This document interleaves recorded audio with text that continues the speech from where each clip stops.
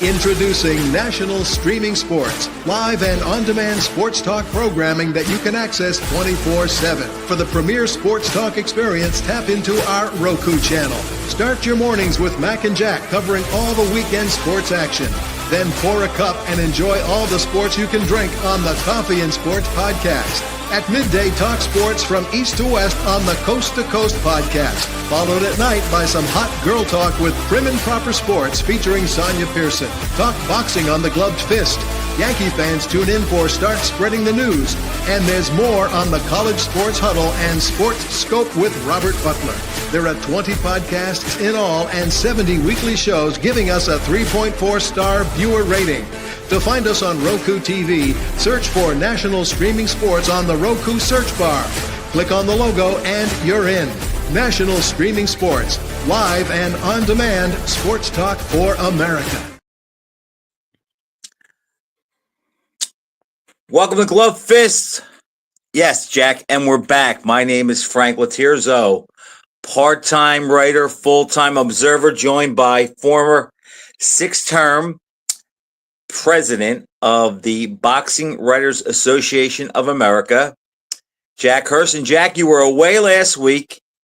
There's a few things to talk about.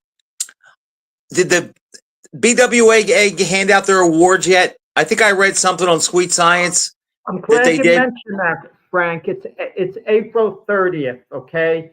It's going to be 9 days from today. It's going to be at the Edison Ballroom in Manhattan, April 30th, 2 days before the big Times Square show. Alexander Usyk, the 2024 Fight of the Year, is going to be there. That's pretty cool.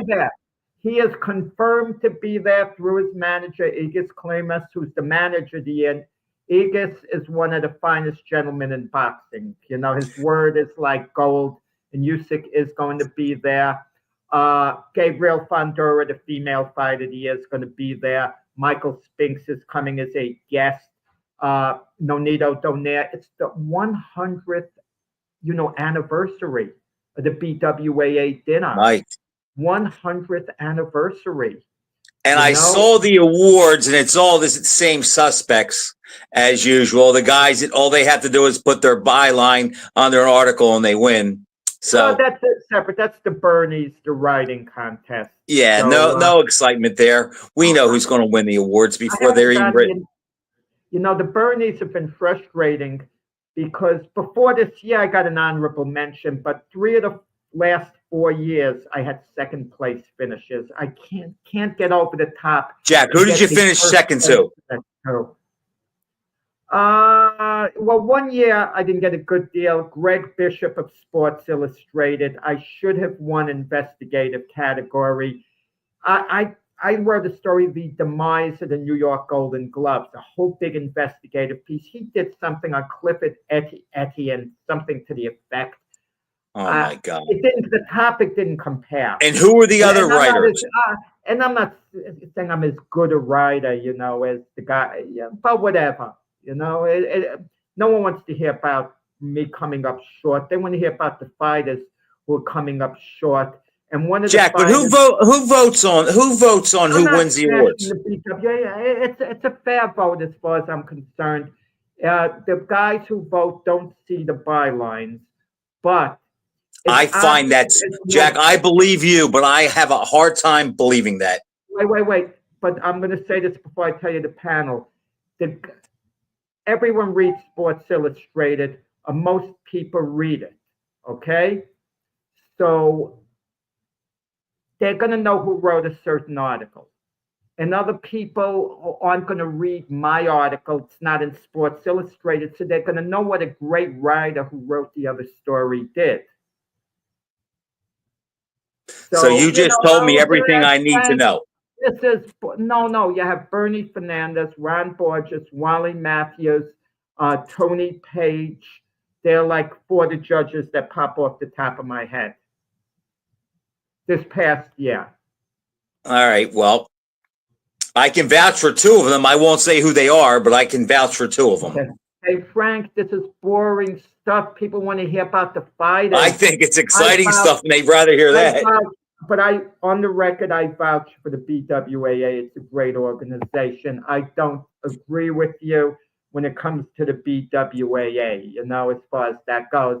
Even though there are a few guys in the BWAA, at least a couple very high profile guys who they don't have the greatest moral character in my view. I wouldn't say who they are, but the honesty of the organization, I do vouch for that. Jack, I'll go with that. But my problem is with that, I think it's an all boys, cool kids club, like many things. And I just don't think a lot of guys that are lesser known get a fair shot, because I've been reading a lot of content lately, and some of this stuff I see winning, I'm thinking like, I can't believe that actually got first place.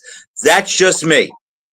There have been years where I was baffled, where I turned in some really great stories and it came up completely flat.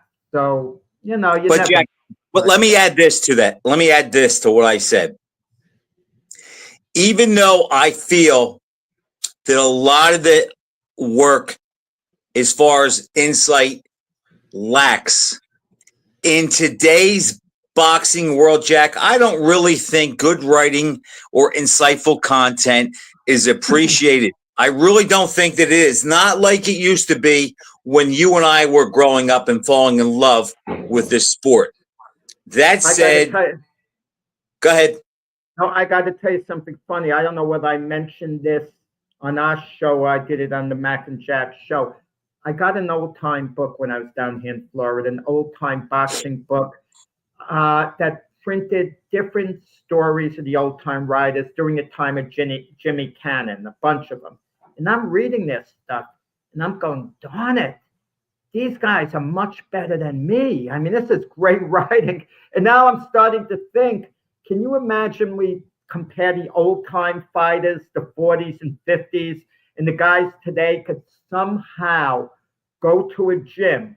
Let's say we take them in a time capsule. The top guys today, we take them to Stillman's gym in the 1940s, and they get run out of the ring, the guys like today. Right. Fair point. Again, that's just me, but, maybe I'm just a crotchety old man. But look, you were gone last week. I had a friend of mine in, Jim Kurtz, who has a boxing company that he's partnered with. They have maybe 10 guys under their umbrella. One of the guys is fighting on the Inouye card Sunday night, not this Sunday. I think it's May 2nd. So, yes, you were missed, but Jim did a good job. He and I discussed, what did we discuss? We discussed the Boots fight. Before we go on to my favorite fighter, Ryan Garcia, whose suspension comes due this week, or it's over. I know you saw the Boots fight. Just give me a quick take. I mean, Boots looked great. I thought Boots would win like around an 11th round stoppage. I thought he'd be up something like 8-2. I thought he would win decisively by a stoppage, a methodical beating. He was better than I thought he'd be even. Okay? So Boots was near perfect. I mean, the only thing I didn't like about Boots, he does get hit. And that kind of bothers me a little bit. Now, he just shakes off the blows very quickly. They land, they have no effect on him. But I don't like that, to see Boots. And he gets hit with single shots. He doesn't get hit with combinations. But he does get hit a little more than he should, maybe because he's so overpowering. And that's it, Jack. Yeah, and he was looking to make a statement and was willing to take 1 to land 5 from his end, and get the job done. I can understand it, but sometimes these habits could carry over and to a little bit higher level of competition. You wonder if you put him in with a prime Terence Crawford, a guy who could really fire back with bad intentions, multiple shots, one after the other, and isn't going to be hit that much by Boots. You kind of wonder. But this version of Terence Crawford, look, I don't think he ever fights Boots, No, they'll never fight. If he loses to Canelo and comes down in weight, it won't be the same Crawford. It'll be a statement fight for Boots if that happened. Jack, Boots gets hit but I have two things on that. One, he gets hit because, like Leonard, like Hearns, like Crawford, he's looking to win by knockout and do damage and hurt his opponent. And in order to do that, you can't lay back and counter like Mayweather or Whitaker. You have to be assertive. And if you're assertive, I don't care who you are, you're going to be hit. What bothers me is I see in Boots, I'm not sure he has a great chin, and I see some of the shots do bother him. I don't think he has like a Hagler-like chin. That could be a little bit of concern, but for what's out there at the top level, I don't think anybody at 47 or 54 touches him. If Crawford came back to 54, I would pick Crawford to beat him. But as you said, they're never going to fight. So I look forward to Boots' next fight. I think he's going to be the betting favorite, whoever he fights for the next couple of years. We'll see about that. But talk about Frank, my you gave me a favorite. great idea. Before we get into Ryan Garcia, I have a homework assignment for you, Frank, because you gave me a great idea. You specialize and you beat it to death on the swarmers. You love the swarmers. You keep talking about the swarmers, and you do a good job with it. So kudos to you. But I have a new category that I think you like. Okay, I do come up with them once in a while, like the coolest fighters ever. You like that when I came up, Sugar Ray and Smoke and Joe. This one is up your alley, perfect, and no one can do it better than you, including me. The shutdown fighters. There are very few fighters who shut opponents down. It's not their attack. Two of them come to mind in Mayweather and Whitaker. They shut guys down. That's what they specialized in. Okay? It doesn't mean they would have shut down the greatest of the great. That's Right. Well debatable. How many fighters, we got to think throughout history, were strictly shut down artists, nothing else.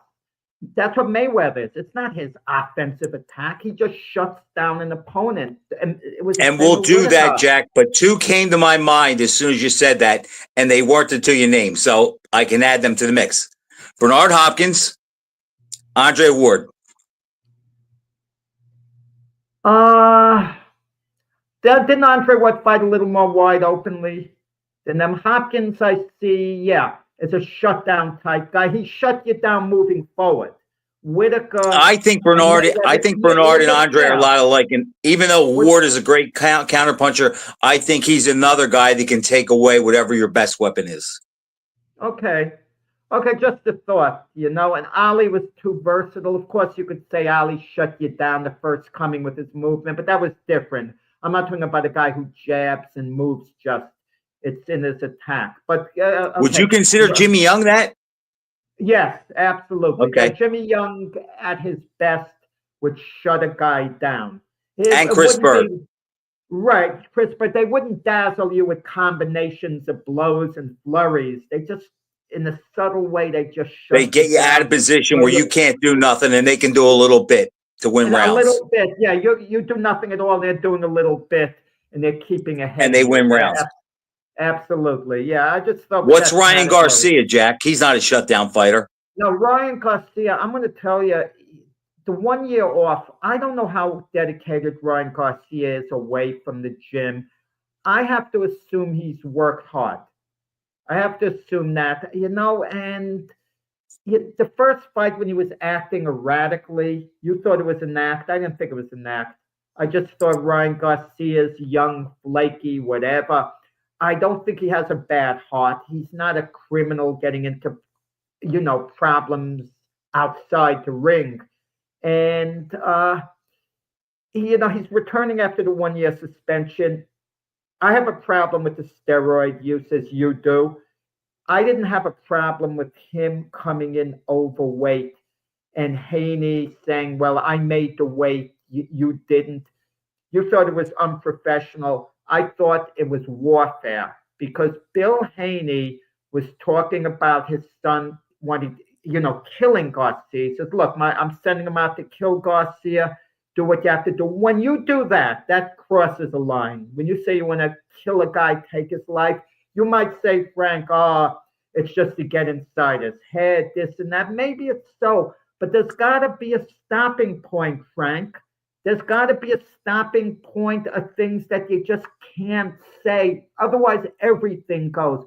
What are we going to hear next? If one of the fighters has a kid who has issues and the opponent mocks fun at the kid because he wants to gain a psychological edge, that shouldn't be allowed in play.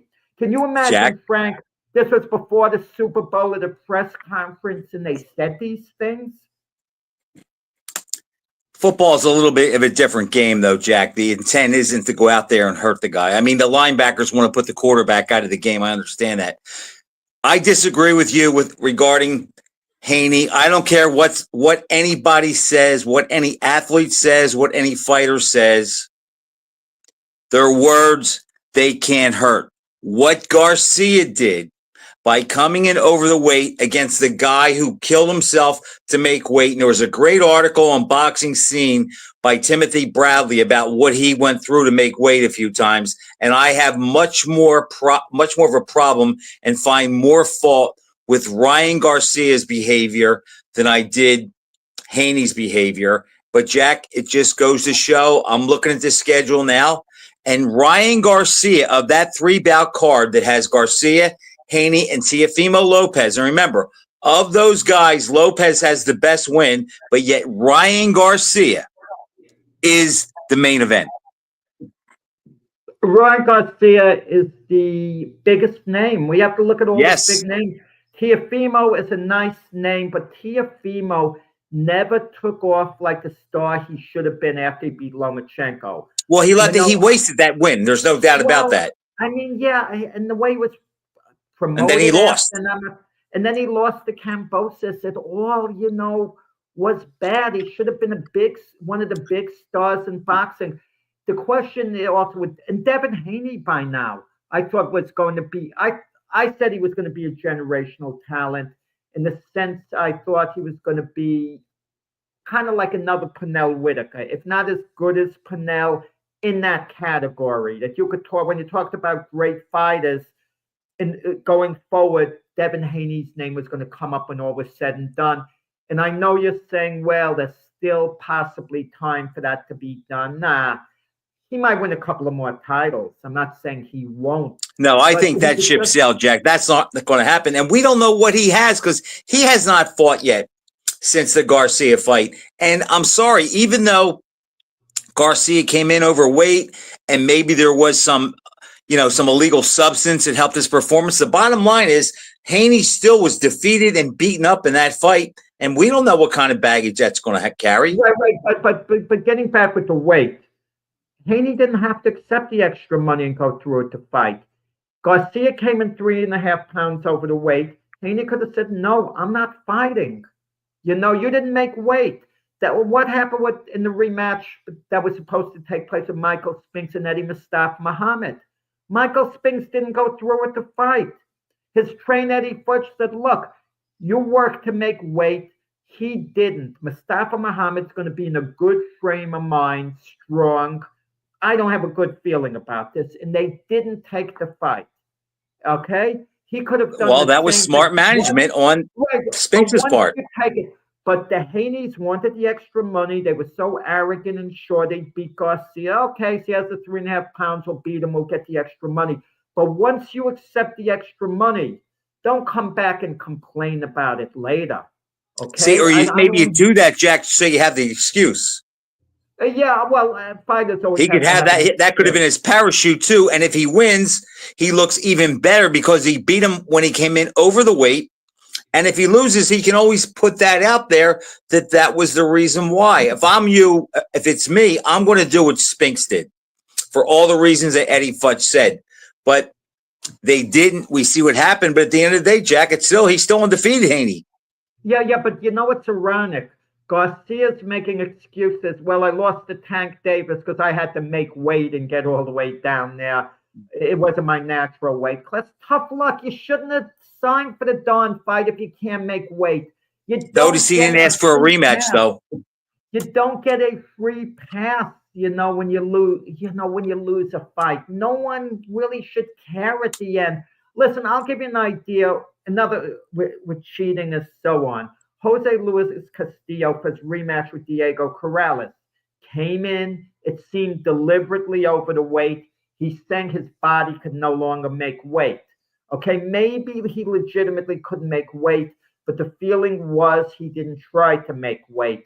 But if I'm Jose Luis Castillo, I'm thinking I had that fight with Corrales won. He intentionally spit out his mouthpiece twice in the 10th round when he was down to give himself extra. Otherwise, I would have won the fight, and that's cheating.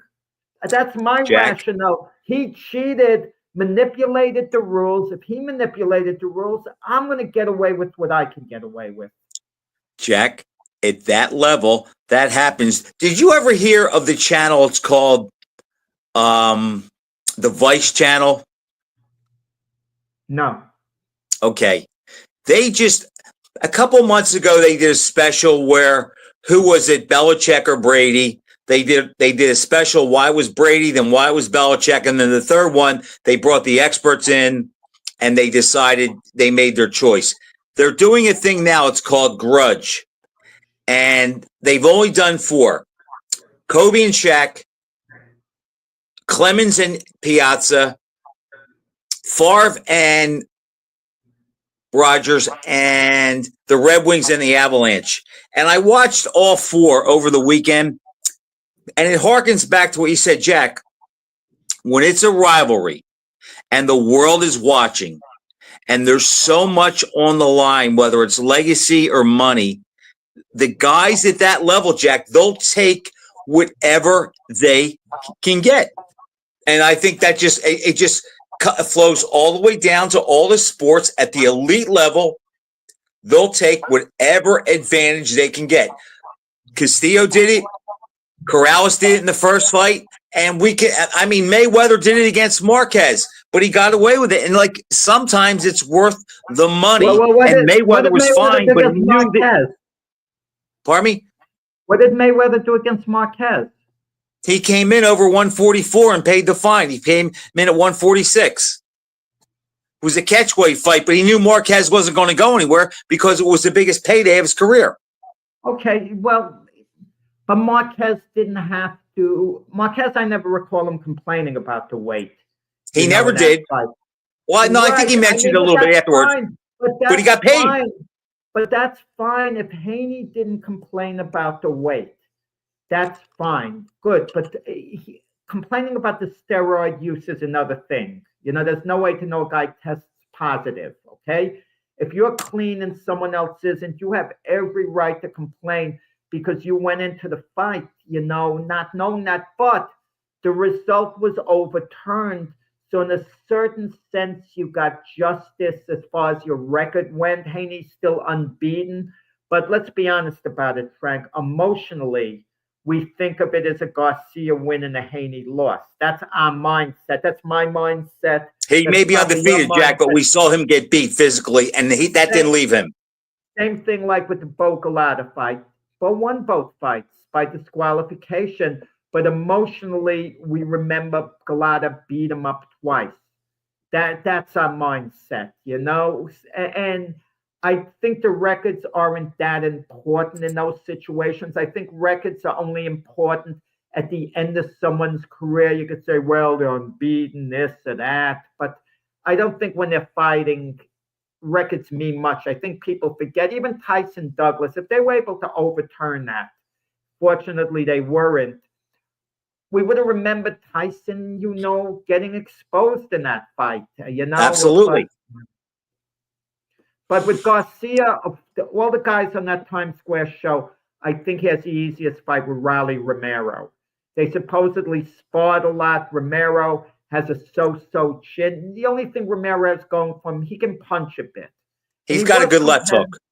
And he was competitive with Tank Davis till he got nailed in the 7th round. It really was a close fight. He fought the fight of his life. I think he got inside Tank's head a little bit with all his bold talk. You know, I know you might think, how can you get inside of Tank Davis's head? But I think Tank was. He's only human, Jack. Of course you can get inside his head. Yeah. Jack, of those 3 fights, Garcia, Romero, Haney, Ramirez, and Lopez Barboza. Now, look, full disclosure, I haven't seen a whole lot of Barboza enough to go totally out on that fight as far as where he ranks of the three of them. But I think that Haney, and I'm talking the opponents, I think that Haney, I know Ramirez may be a little long in the tooth, but I think his style might give Haney trouble, and I think he has the toughest night in front of him. Well, I think the fighter who can make the biggest statement of all of them would be Haney. Okay? Garcia is expected to beat Romero, Raleigh Romero. He has to win by impressive knockout. He's expected. So if he does it, he's doing what's expected. Barboza has 11 stoppages in 33 fights. That tells you enough that he's not a puncher. And we saw his fight with Jack Catterall. Close fight. He deserved the decision, but it was a close fight. And Lopez is more talented than Catterall, which Teofimo Lopez shows up. If he's a Teofimo of a few years ago, yeah, he's going to win, I think, with room to spare. And that's what I suspect is going to happen. Whether he stops Barboza or wins by decision, I'll come up with a more firm prediction next week before the fight. But I think Lopez brings his A game, Jack. I'm confident to say that now. With the other two names on the card, I think there's a part of him that he knows he's probably auditioning against Garcia, and he wants to be the guy that's the talk of the night, not Garcia. Haney needs to state a big statement in the worst way. If he wins a lackluster decision, it doesn't excite us as much for Garcia-Haney rematch. What would you rather see? Let's say all three of them win decisively. Would you rather see Garcia fight Haney or Lopez? Lopez. That's my feeling too. And it's a more intriguing fight because there's so much smack going on. I mean, by junk talk going on. A lot of it might actually be humorous. Somehow with the Haneys, who are Bill Haney, very abrasive when you listen to him. The talk beforehand, there'd be no fun talk. It would be more like bitterness going on, both ways. But somehow with Teofimo, he puts on a great act, and Garcia, I think, puts on a bit of an act himself. I think they'll trash talk us like we haven't heard before, and at the end of the fight, all will be good between the two of them. No, Lopez. I want to see Lopez and Garcia. I'll predict that we won't see that, but I would like to see that because Lopez can hit. Garcia doesn't have his chin can be tested and dented, and they're both cocky, and they both know a loss would be very hard to come back from. That would almost be a crossroads fight in their careers, and that's why it will not happen. We might get Haney and Garcia rematch if they both win. Frank, can you imagine in Vegas, they have the trifecta. You get odds if all three win. Raleigh Romero, Jose Luis Romero, and Arnold Barboza, the trifecta. I mean, that might be something that you might put $50 or $100 down just for the heck of it, but I can't see. I can't see three upsets. 80 to 1, 100 to 1. I don't know. Yeah, they could probably pay that. But who will be the biggest favorite that night? Lopez or Garcia? No, Garcia easy. No. Teofimo's in with a live opponent. Yeah. Barboza is good. He can fight. Raleigh Romero is ordinary. Israel, I forgot who the fighter was. Oh boy, the Venezuelan fighter. Stopped him in 10 rounds. I think it was. Raleigh I know who you mean. I can't think of his name. No, Isaac Cruz. I'm sorry, Isaac Cruz. Jack, who is televising that card? It's a pay-per-view event. The Zone wants us to get the bundle. They said you get the Canelo fight the next day. Yeah, Canelo's fighting, William Skull. Who knows? But I'm going to tell you what's going to happen with one of these days with Canelo. And it is going to happen. If he's avoiding the top challenges, one of these days, one of these guys like a William Skull is going to turn up out of nowhere and beat him the way a Nino Benvenuti beat a Carlos Monzon. It's just going to happen. He's going to keep picking his spots, and one of these. Well, he's going to have to get knocked out like Benvenuti did. Well, no, he could lose on points. They get They're not going to give stable. Canelo. They're not going to give a no-name a decision against Canelo. It happens sooner or later. It catches up to all the greats. All right. They keep getting the decisions, and yeah. Canelo's been pretty quiet. Crawford's been talking a lot. I love Terrence Crawford, Jack. I wish he fought more. I understand why he doesn't. This is such a. Go ahead, Frank. I love this. I called one of my boxing friends. I needed to talk to him something business, and I make it clear: do not call me back between 7 and 8, no matter what. You call before He just called you 7 back. or after 8. Just call now. That's boxing. That's the mentality. I've had I'm that not gonna tell you who it happen is. countless times. A good guy, smart guy. I left a clear message. And what does he do? That's why I had to mute you for 1 second, Frank, where I was like a little shook up. And I sometimes genuinely get shook up over what you say, but that time I didn't know. I mean, Jack, there's also a fight coming up this weekend that we haven't touched on lately. I'm not that excited about it, but it's big across the pond, and that's the Eubank Jr. Conor Benn fight. What's going through your mind there? I'm excited about it, Frank. Why aren't you excited about it? You know, you're a true American, Frank. You should be an American. I'm not ashamed of that. No, but when you get, which is great. But when the fighters are outside of the United States, the only ones you give passes to would be like a Usyk or Fury, an elite heavyweight. I noticed that. Oh, no, the very elite couple of guys like Bivol and Beterbiev. Yeah, you'll give passes to those guys. And then Jack, you know what it is with Benn and Eubank? Guys are just very good fighters. You don't want to know from them if they're not American, Frank. No, that's not true. You know what it is with Eubank and Conor Benn? I just don't think either of them are a player at the absolute elite level. And the fight to me means nothing worldwide because whoever wins, as soon as they step up, they're going to lose.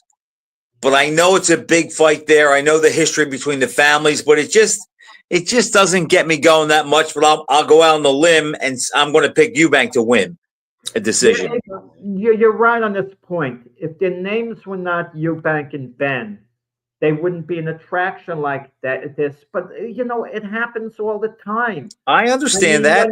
When you have a famous family name, you always link to that name. There are rare exceptions. In Boca Raton, who I had a chance to sit down with, the Starbucks, Corey Spinks. Corey Spinks, even though we know he's Leon's son, Michael's nephew, we don't think of him that way. We think of him independent. He's not he's not on their coattails at all. He didn't get anything by being a Spinks, I feel, I mean, maybe he was recognized in the beginning, but no one thinks of him, Leon's son, this and that. I mean, he earned everything. Ben has kind of, he's piggybacked on his dad's name. They piggybacked on the rivalry that dads had, a bitter rivalry, maybe the greatest rivalry in British boxing history, perhaps. It's in the conversation. Right. I'd have to start thinking, you had Fratch, you had Groves, you had, some others. If I have that super middleweight lot back then. Right. But it was such a great rivalry. In a way, it gives us a chance. Hi, Little Holmes. That's some name, Little Holmes. I mean, that's that man right there, Jack, is the biggest Larry Holmes fan on the planet. Hello there, sir. I would have been able to guess that with the name Holmes there. But by the way, Floyd Mayweather said Larry never Holmes heard of him. Greatest heavyweight champion of all time. That's who gets his vote. Okay? It's funny. Now think about that. Why would Floyd say that? He would say that because Holmes is a guy that's never going to overshadow him. Holmes was not a superstar.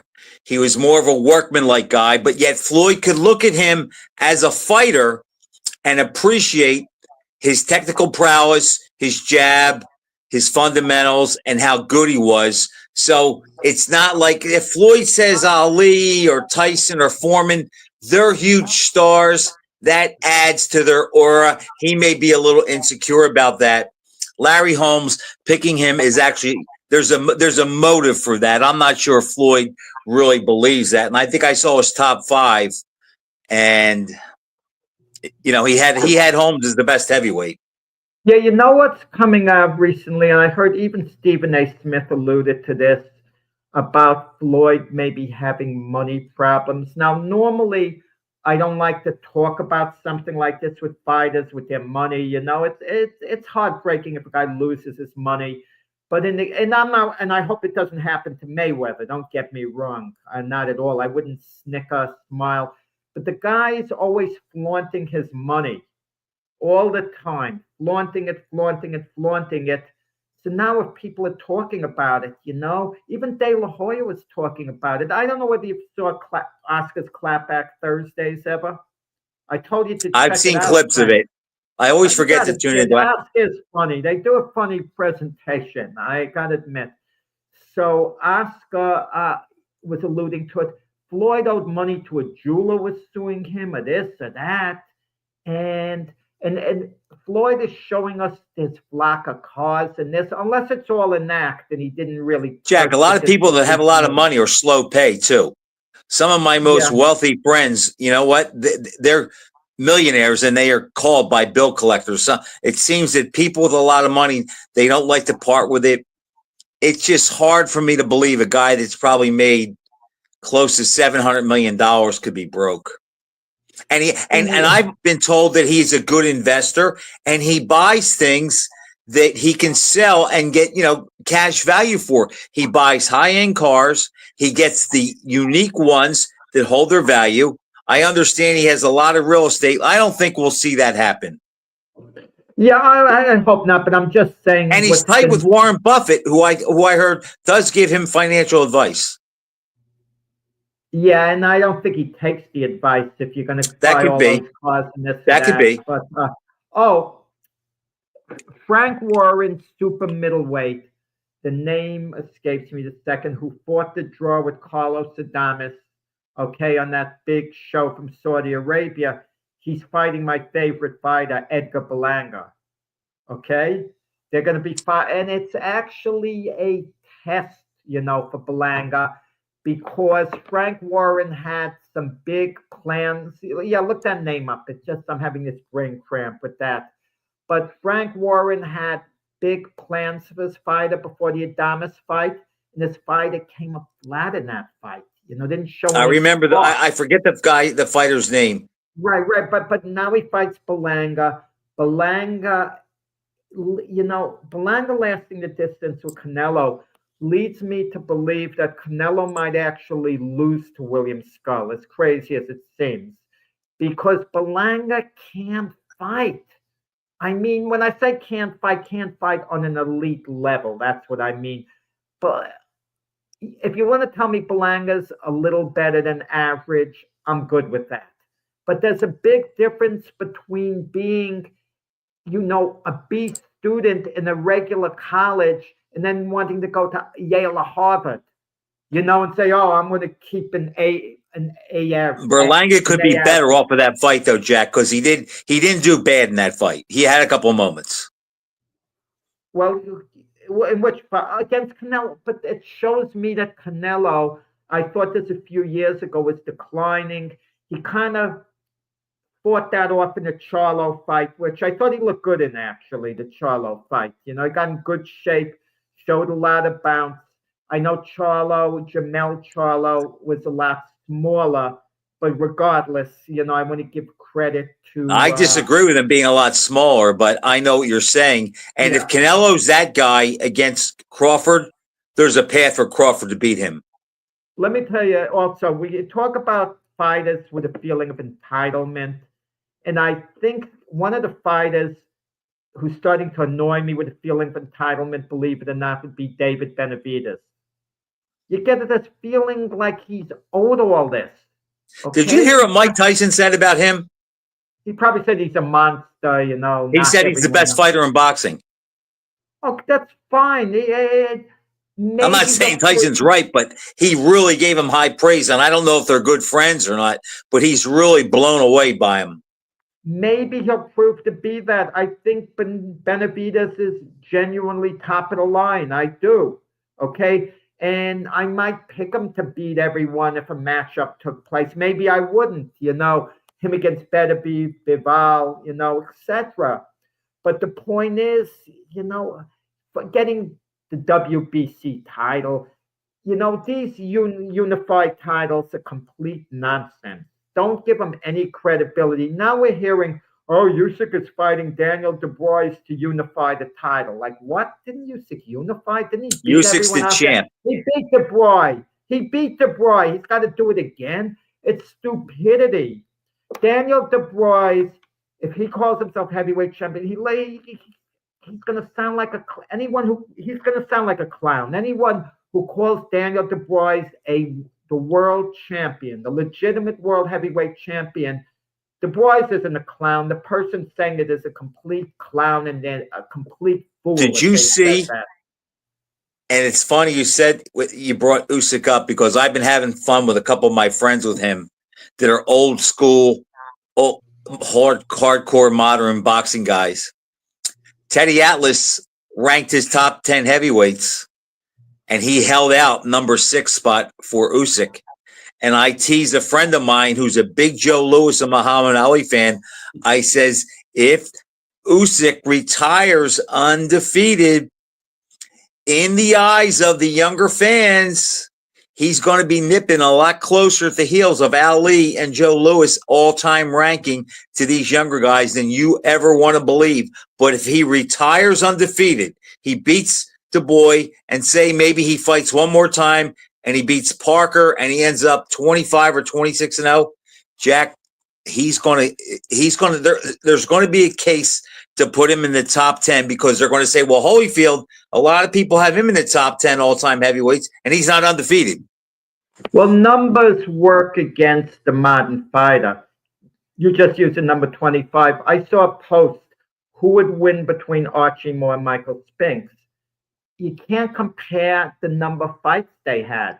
That's what the problem is. If Archie Moore fought in Spinks' era, he would have had about the same number of fights. Maybe he wouldn't have been a touted Olympian, so he would have had to fight more in the beginning of his career. I don't know. But 25 fights, they would look at that, the number, and say, well, did he fight that much? Sugar Ray Leonard's kind of given a pass, not having He covered a lot of ground in 40 fights. Right. I mean, and we saw how great, the naked eye told us how great Sugar Ray Leonard was. And I think the same applies to Michael Spinks, Jack. He had, 32 fights? Yeah. Who did Teddy have third? I know he has Lewis 1, which is legitimate, no complaints, even though I have Ali first. He had Lewis 1, Ali 2. I think he had Jack Johnson third. Now, how does Johnson come number 3? What the heck did Johnson do? Not in my mind. Know that Matt Fleischer rated Johnson the greatest heavyweight champion of all time, but Matt Fleischer, rated all the old timers like that ahead. He had Joe Louis number 6. He had Bob Fitzsimmons, the 3rd greatest heavyweight of all time. When I was a kid, I called up the Ring Magazine offices and I got Matt Fleischer on the phone. I'd make a pest of myself. And I said, Nat, who do you think would have won a fight between Joe Louis and Bob Fitzsimmons?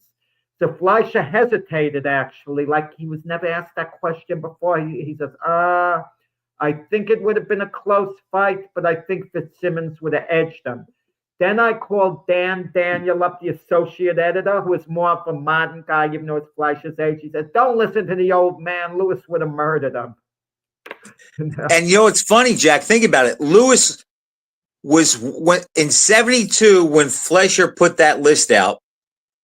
Louis had been retired a long time, so it's not like Fleischer didn't see him. Like in 72. In 72, Fleischer caught a lot of slack because he did not have Ali and Frazier in his top 10, but he didn't see their entire careers. So he kind of gets a pass there, but he saw all of Joe Louis. Elisha passed away in June of 1972. He saw the best of Ali, pretty much. He didn't see Ali in Zaire but let me tell you, or the Thriller Manila, but let me tell you this. How would he be able to put Ali in the top 10?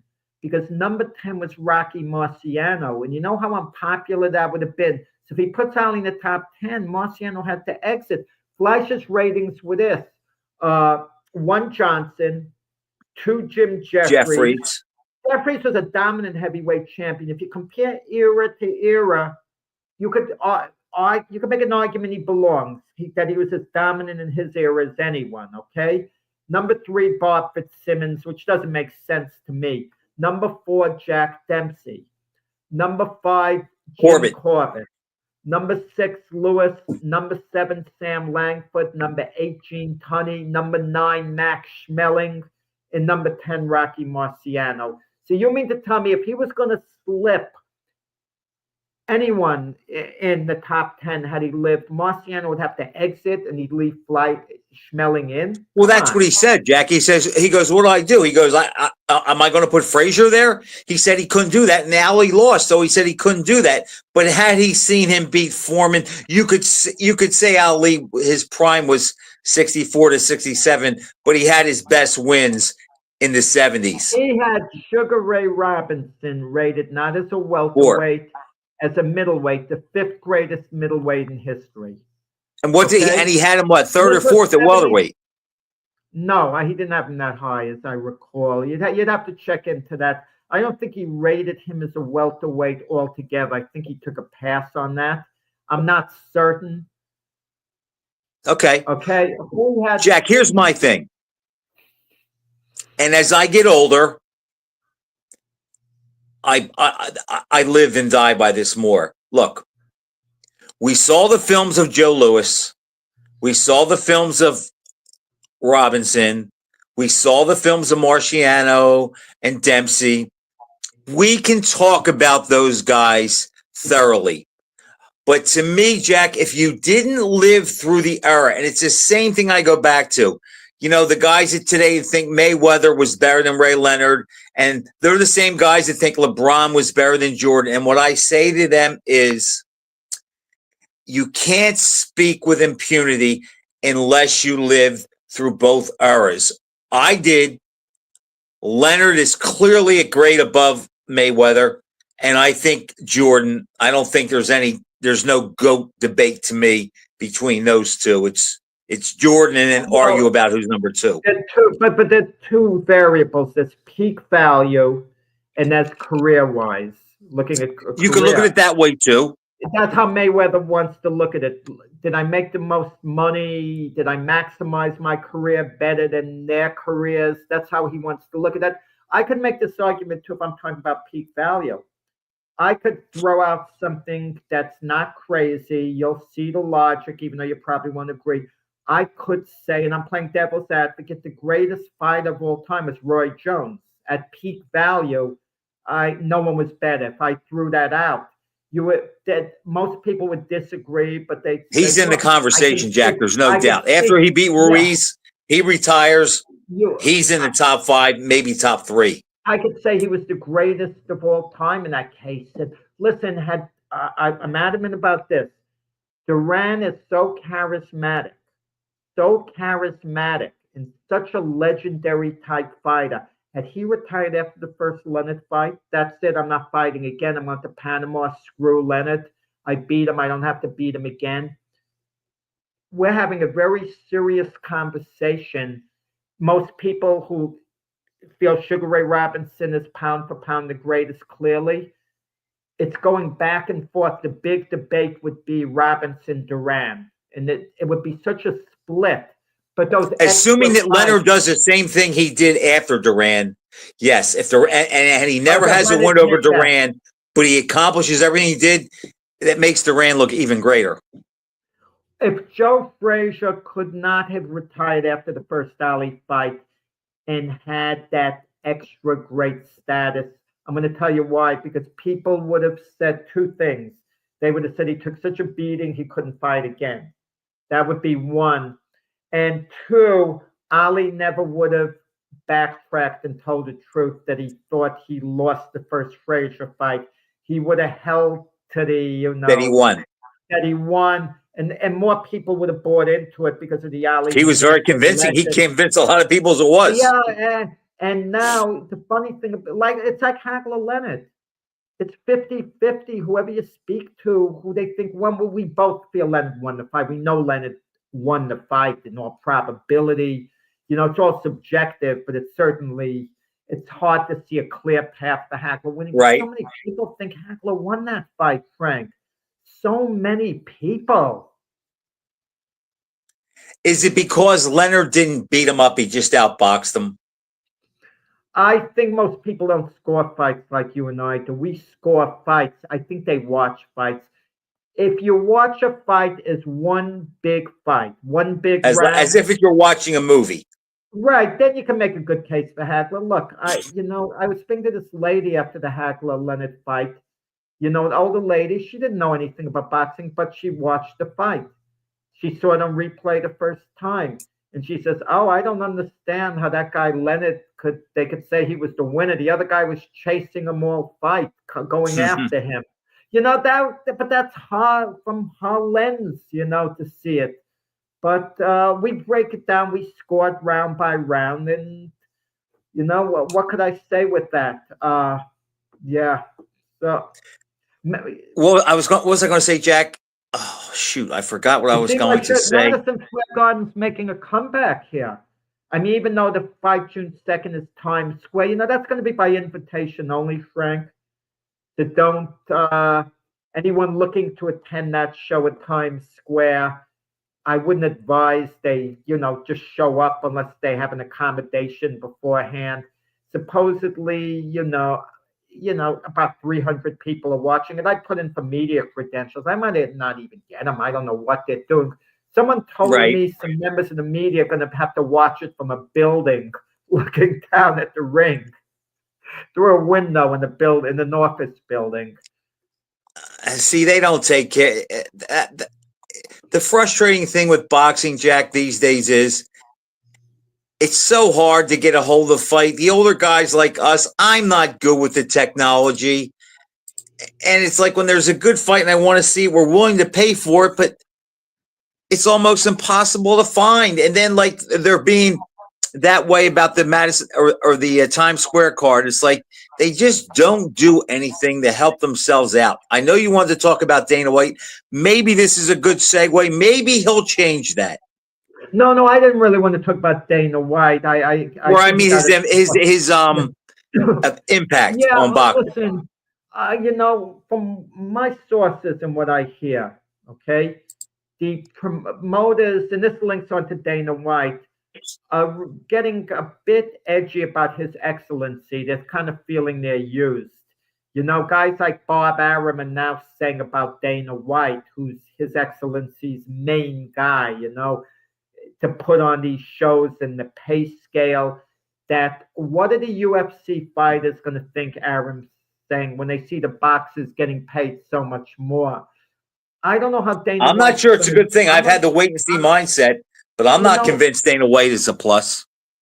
No, it remains to be seen. I mean, I'm not enthusiastic about Dana White coming on board. I saw the pay scale he wants to pay the fighters. Does he really think it's going to get to the point where the Canelos are going to be fighting for $500,000 a fight? I don't think so. This is the UFC. Oh, the Dana White's going to think, no, we got to sweeten the pot up to $2 million a fight. And Dana White's not going to be able to get a monopoly on the sport because there are other promoters. They'll be signing fighters. Someone has to develop the fighters, to get to a certain point. And Jack, people forget, Dana White is the president of UFC, the Ultimate Fighting Challenge or Championship. That's not MMA. That's a section of MMA. It may be the best league of MMA, but it's not total MMA. So he has like a little dictatorship in his own conglomerate. It works for him. They have the best reputation. They supposedly get the best fighters, but boxing doesn't work like that. No, and I think he's going to find that out because the Eddie Hearns, the Frank Warrens, the Bob Arams, the Al Haymans are going to be kind of working closely together. So there's pushback, and they've got a good number of fighters, and they have those Right. fighters on contract. But but they're doing things behind the scenes. I heard with His Excellency to try to kind of get the other fighters to come on board with them away. Which I'm not saying they're doing anything illegal. I'm not saying No, but anything we illegal. understand. Look, it's business. I'm not saying anyone's doing anything unethical. I want to make that Right. clear. Okay? I'm not saying anyone's dishonest here, but it's a competitive war going on. It seems that's going to be taking Jack, place. it's a dirty business. We know that. The Yeah. only thing that's a dirtier business than professional boxing is politics. That's it. That is the only thing that is cut your throat every second of every day. Boxing is very close to that, but it But- doesn't. but- It's still second, though. But New York's making a great comeback in boxing. For example, there's a show in June, good show. Then July 11th, Katie Taylor, Amanda Serrano fight at Madison Square Garden. The next night, Turkey is having a show. The venue in New York hasn't been announced. Okay, so he's having one then. So you're talking about back-to-back nights, Friday and Saturday night in the summer. That's pretty cool. Jack, I'll throw one out at you. Tomorrow is the anniversary of one of the greatest light heavyweight championship fights ever. Can you guess? April 22nd. Wait, one of the greatest light heavyweight championship fights ever. I don't know the date. I'm just going to guess a great fight. Archie Moore, Yvonne Durrell. That's one of them. That's not the one. It's the anniversary of Saad Muhammad beating Marvin Johnson in the rematch in Indianapolis. Yeah. That was 1979. Can you believe that many years have passed? What's that? That was 25. It's just, we're going on what, 47 years? It's just unbelievable. Kudos 46 years. Kudos to Marvin Johnson. He insisted on the rematch. He lost to Saad Muhammad. No world title was on the line when he lost to him. And he insisted when he won his sanctioning body title, I think it was WBA, he defended against Saad Muhammad. He insisted, Marvin Johnson, on the rematch, He said, I will not feel like the champ until I beat Saad Muhammad. He lost to Johnson. He kind of validated himself to Saad Muhammad. He validated himself as a true champion by taking the fight and fighting a heck of a fight, fighting courageously there, too. Jack, I don't know how much Marvin Johnson made in his career, but I know this much. He was underpaid. Yeah, well, Marvin Johnson was an Olympic bronze medalist in 72. And the reason that's a segue very quickly because we're running out of time. The Olympics, they are going to hold it actually in 2028, again in Los Angeles. And I don't know, it doesn't create the buzz the way it used to. Olympics. And Jack, when it's on at 3:00 in the morning and nobody's up to see it. Well, you know what it is? It's not on the primary channel. There used to just be ABC with Howard Cosell, and it used to be great, the fights, and now you have to find what channel it's on. Olympic boxing is really, it's just not on the radar anymore in America, it seems. No, we had the big personalities. We mentioned Sugar Ray Leonard before, that 76 team. Him, Howard Davis, the Spinks brothers. Jack, we only have a minute left, but I'm going to give you a guy who fought in the Olympics who I know that you probably liked, and you're going to know what I'm talking about. He never turned pro. I thought he got a bad deal in the quarterfinals, but he was so much fun to watch, but he never turned pro. He became a coach. Remember Jesse Valdez? Jesse Valdez, I was from Texas.